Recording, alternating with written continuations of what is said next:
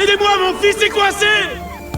Peter entend des appels à l'aide. Il fonce immédiatement sur place. Un petit garçon est coincé dans une voiture. Il n'arrête pas d'appeler son père. Peter comprend que l'enfant a peur du masque de Spider-Man. Alors, il retire sa cagoule. Le garçon se calme aussitôt. Oui.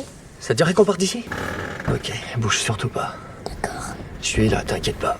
Au moment où Peter s'apprête à le sortir de la voiture, le réservoir est endommagé. La voiture prend soudain feu. Peter n'a d'autre choix que de retenir le véhicule qui bascule dans le vide. Mais le garçon est toujours prisonnier à l'intérieur. Peter l'encourage alors à grimper vers lui, mais l'enfant éclate en sanglots. Peter lui dit que s'il met le masque, il deviendra lui aussi courageux. Grâce aux encouragements de Peter, le garçon finit par sortir de la voiture. Au moment où le véhicule s'effondre, Peter lance une toile et rattrape l'enfant en plein vol. Puis, il le ramène sain et sauf à son père. Son père est profondément ému.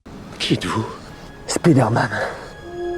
Mais alors que Spider-Man poursuit le lézard, la police l'encercle, le considérant comme un fugitif. Le capitaine Stacy pointe son arme sur lui et lui ordonne de se retourner immédiatement. Mais Peter lui explique que sa fille est encore à l'intérieur. Stacy hésite un instant, puis il décide finalement de le laisser partir. Mais contre toute attente, l'un de ses policiers ouvre le feu. La balle touche Spider-Man à la jambe. Blessé, Peter se déplace beaucoup plus difficilement. Même escalader un mur devient un véritable calvaire. Au même moment, le père du garçon sauvé reconnaît Spider-Man à la télévision. En le voyant fuir malgré sa blessure, il saisit aussitôt son talkie-walkie et appelle tous les grutiers de la ville.